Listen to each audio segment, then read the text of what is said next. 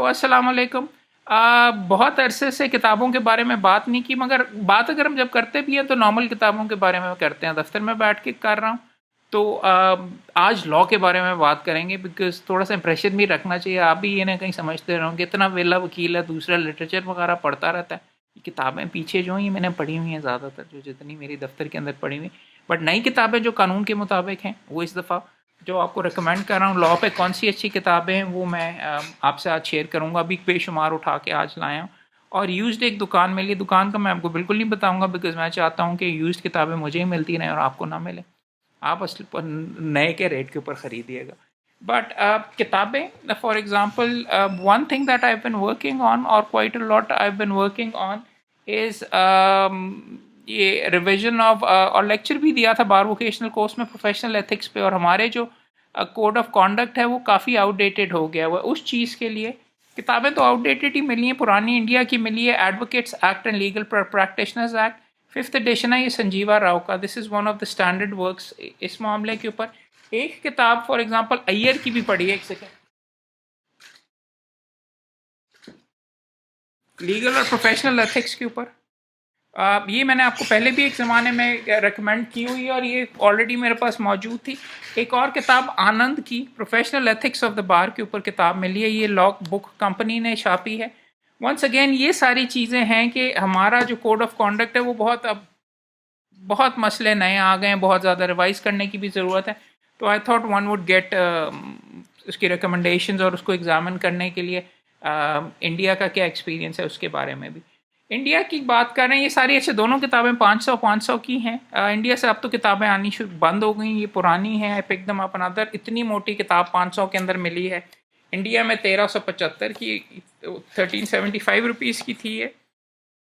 और अब तो अगर आप इंडियन रुपी कन्वर्ट करें तो बहरहाल में 3 रुपये से भी शायद नहीं, पता नहीं, शायद इससे भी ज़्यादा हो गया वो जो रुपये की हालत हो गई। इंश्योरेंस लॉ मैनुअल कि प्रैक्टिकली कैसे होता है, ये जो टैक्समैन वाले होते हैं ये किताबें बेशुमार टैक्स पे और फॉर्मल, और इनकी अच्छी चीज़ ये होती है इंडियन सर्कुलर्स वगैरह और नोटिफिकेशन जो होते हैं वो भी इसमें साथ इंट्रोड्यूस करवाते हैं।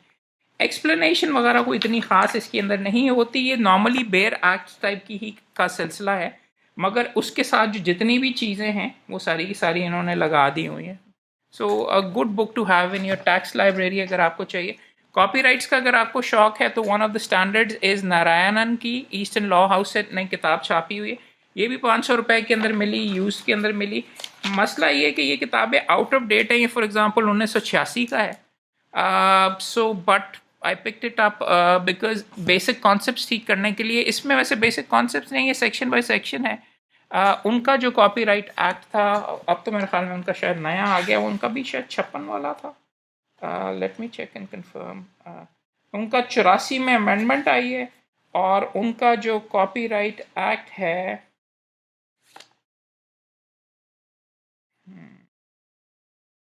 1957 का, हमारे से मिलता जुलता है, ये हमारा वाला ही है या हमारा 57 का, I am not very sure, अभी सही तरह याद नहीं है। एक और किताब जो कि मैंने उठाई जिसका आजकल इशू बना हुआ है, people legislature law making, doctor ये बेसिया की है। This is a book about parliamentary privilege और उस पॉइंट ऑफ व्यू से कि कानून जो बनाती है, बिकॉज आजकल सुप्रीम कोर्ट की लड़ाई वगैरह हो रही है, तो उसके ऊपर I mean what is the appropriate तरीका, पार्लियामेंट की क्या पावर है, क्या लिमिटेशंस हैं, उसके लिए ये किताब उठाई। It's quite useful. डिटेल के अंदर एग्जामिन करके बताऊंगा। अनदर बुक जो कि बहुत पुरानी है, 1913 की का एडिशन आई थिंक, वो उठाया है रेडन ऑन, नहीं 1913 का, रेडन ऑन डाइवोर्स। ये अगली दो जो किताबें कई मेरे ख्याल 1949 का एडिशन है तो पुराना, आउट ऑफ डेट, मगर इसमें कवरेज है दूसरे दुनिया के अंदर और दूसरे मज़ाहिब में किस तरीके मैरिजेस के और डाइवोर्स वगैरह किस तरीके से होती है, तो ओवरव्यू के लिए, और मुकदमे कैसे करते हैं और जिस अंदाज के अंदर। चंद किताबें आप इसलिए उठा लेते हैं कि उन्होंने स्ट्रक्चर और लिखी जिस अंदाज में होती हैं वो पढ़ने के काबिल हैं कि जी हमारी किताबें क्यों नहीं उस तरह हो सकती, हम तो सेक्शन बाय सेक्शन ज़्यादा से ज़्यादा कॉमेंट्री लिखते हैं।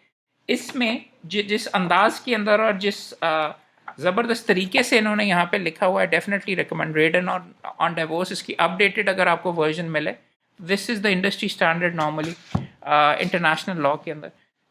दूसरी एक और किताब है, ये 1913 का एडिशन है, ये सेकेंड एडिशन है, जॉइंट प्रॉपर्टी और पार्टीशन पे इन ब्रिटिश इंडिया। उस टाइम के ऊपर ब्रिटिश इंडिया था। इशू ये है कि पाकिस्तान के अंदर पार्टीशन को और जॉइंट प्रॉपर्टी के कॉन्सेप्ट्स को कोई इतना ज़्यादा कोई ना ज़बरदस्त किताब मौजूद है, ना अच्छी तरीके से लोग समझते हैं। क्या क्या होता है, उसके मुख्तलिफ इश्यूज वगैरह कैसे हैं, आपकी ओनरशिप राइट क्या है, क्या आप कब्जे का आपका क्या राइट है, आप आगे क्या बेच सकते हैं, किस हद तक बेच सकते हैं, अगर कोई प्रॉपर्टी आपकी जॉइंट बेच रहा है तो क्या आप स्टे ले सकते हैं कि नहीं, और आप पार्टीशन कैसे करवाएंगे। पार्टीशन एक्ट आ गया हुआ, मगर ये पुराने के अंदर है किताब। आई picked it up, it's quite good. ये भी 1000 रुपए की थी। 1000 रुपए की एक और किताब मिली, how to manage your law office. अब लॉ ऑफिस अल्लाह के नाम के ऊपर ही हमारे चलते हैं, और ज़्यादातर लोग अपने बहुत जिस साइंटिफिक अंदाज में जिस तरीके से करते हैं, अमेरिका के अंदर अगर आप देखें तो उन्होंने एक एक चीज़ें कि जी बिलिंग किस तरीके से करनी है, चेक्स कैसे रखने हैं, मैनेजमेंट फॉर लॉयर्स, प्लानिंग कैसे करनी है, ऑर्गेनाइजेशन, कम्युनिकेशन, स्टाफ आपका किस तरीके का होना चाहिए, किन किन बंदों की ज़रूरत है, और किस तरीके से आप कैलकुलेशन वगैरह करते हैं, अपना लेजर कैसे मेंटेन करें, केसेस का क्या करें, टैक्स का क्या करें, पे क्या होती है, ये सारे के सारे इश्यूज़ के ऊपर मौजूद है। सो वेरी यूज़फुल बुक अगर आपने अपने दफ्तर को दफ्तर के तौर के ऊपर चलाना है, अगर वैसे जैसे जो हमारा रुझान और प्रॉपर फर्म के तौर पे कैसे चलाते हैं। अनदर बुक जो कि 1000 रुपए की लेकिन बहुत महंगी मिली है, पतली सी किताब है, उतने की, वो उतनी मोटी थी। यूनिवर्सिटी ऑफ लंदन के इंटरनेशनल जो प्रोग्राम्स होते हैं वो अंडर ग्रेजुएट के ऊपर ना इन्होंने मोटी मोटी और आई मीन थोड़ी सी से डबल साइज़ की भी किताबें मिल जाती हैं मुख्तलिफ टॉपिक्स पे। इंट्रोडक्शन ऑफ इस्लामिक लॉ पे this is one of the best introduction that I have come across.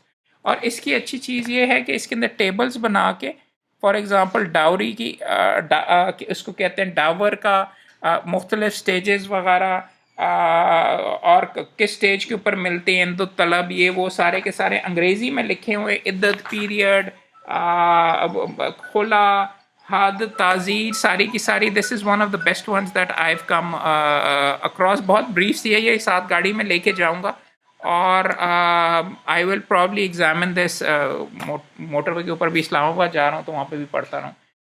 Photo copies ये भी मिली, वैसे 1000 की है, महंगी है, लेकिन इतनी मोटी किताब चेशर नॉर्थ और फॉसेट की, this is an industry standard किताब, 1000 की मिली है क्योंकि किसी ने फ़ोटो कापी करके ये जमा करवाई हुई, पढ़ने के काबिल है, अच्छी फ़ोटो कापी थी, तो आई picked it up. Private international law पे चंद केसेस कर रहे हैं कि बच्चे को आप बाप भगा के अमेरिका से जुरिस्डिक्शन पे यहाँ पे ले आया, या अगर कोई विल इंग्लैंड के अंदर हुई है तो उसका यहाँ पे क्या अमल दखल वगैरह होगा, पाकिस्तान में अगर प्रॉपर्टी, उन चीज़ों को डील विद करने के लिए। इसके साथ साथ ट्रीटीज़ और दूसरी चीज़ों के ऊपर इसके बराबर ये भी एक स्टैंडर्ड है, अलीना कैशो राउस का स्टैंडर्ड। तो ये रटलिज की किताबें बहुत अच्छी होती हैं और पब्लिक इंटरनेशनल लॉ पे ये भी 1000 की मिली, किसी स्टूडेंट की इस्तेमाल शुदा हैं, इसलिए लाइन उन्होंने करके, शायद मास्टर्स का कोई स्टूडेंट है। इसके साथ साथ कंपटीशन कमीशन का मैं वकील हूँ, तो ये EU कंपटीशन लॉ पे भी फ़ोटो कापी पे छापी हुई है, an introduction to EU competition law, वो प्रिंट आउट वगैरह करके मुख्तलिफ केसेस के ऊपर। This was a practical manual. तो कैसे होता है, कैसे डिसाइड किया जाता है, मार्केट थ्रेशोल्ड कैसे डिटरमिन होता है, कंपटीशन कमीशन चूँकि one of my major clients, so I picked it up for that. Bar council के अंदर, बार वोकेशनल कोर्स के अंदर, क्या मैं हमेशा ढूंढता रहता हूँ कोई किताबें स्किल्स फॉर लॉयर्स, उसके अंदर उनकी ये लीगल प्रैक्टिशनर्स गाइड, ये प्रैक्टिशनर्स टेस्ट जिनको कहते हैं, CLP लीगल प्रैक्टिस गाइड, ये बीच में मिली है। स्किल्स फॉर लॉयर की ये भी 1000 की है, और इसमें भी for example oral communication skills, ये भी गाड़ी में जाएगी और मैं इसको साथ देता। रिसर्चिंग लेजिस्लेशन, मैं चाह ये रहा हूँ बार वोकेशनल कोर्स के ऊपर कि उर्दू में तमाम दोस्तों के लिए इस किस्म का एक किताबचा बनाऊँ कि जिसके तहत वो बार वोकेशनल कोर्स इस दफ़ा जो करवा रहे हैं, उस स्टूडेंट्स को तो हम ट्रेन कर ही रहे हैं, लेकिन हमारा मकसद है कि स्किल्स इस तरीके का कोई किताबचा भी बना के यहाँ पे हम लोगों के साथ शेयर करें। उसका एक बार वोकेशनल कोर्स की उसकी मोटी वर्जन जो कि आगे अगला 1-2 दफ़ा और बार वोकेशनल कोर्स करवाएंगे, तो उस तरह करके ये देखें, लीगल प्रैक्टिस कंपेनियन 2010-11 की है, और इसके अंदर मुख्तलिफ चेक लिस्ट, मुख्तलिफ किस तरीके से आप करते हैं, क्या स्टेप्स हैं, वो उन्होंने एक प्रैक्टिकल अंदाज में, स्टैम्प ड्यूटी टैक्स कैसे कैलकुलेट करते हैं, ये सारी की सारी चीज़ें लें। पाकिस्तान का एक और बंदा आउट हो गया क्रिकेट खेलते हुए, मैच अभी लगा हुआ है।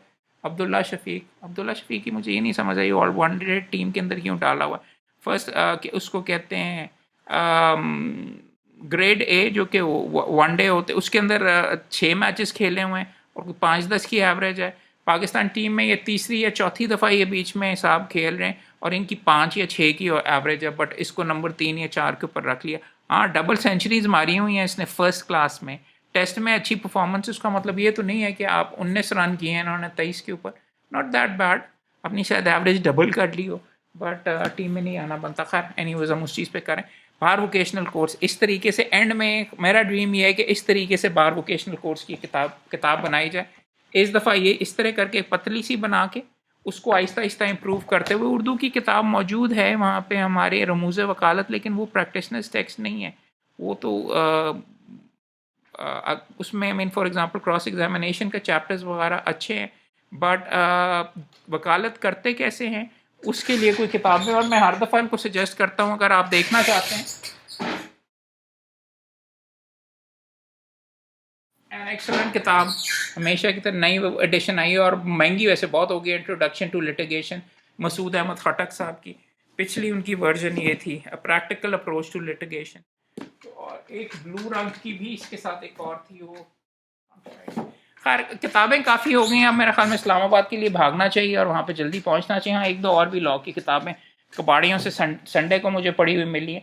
यही जो चीज़ है पार्लियामेंट और उसकी जो courts and the political process in India, Virendra Grover की एक्चुअली कलेक्शन है आई थिंक एसेज वगैरह की, उसके ऊपर फैक्ट्स एंड फिगर्स के साथ इंडिया में भी ये कोर्ट्स और पार्लियामेंट के तसादुम वगैरह रहे हैं, बेसिक स्ट्रक्चर की थ्योरी भी वहाँ से आई है।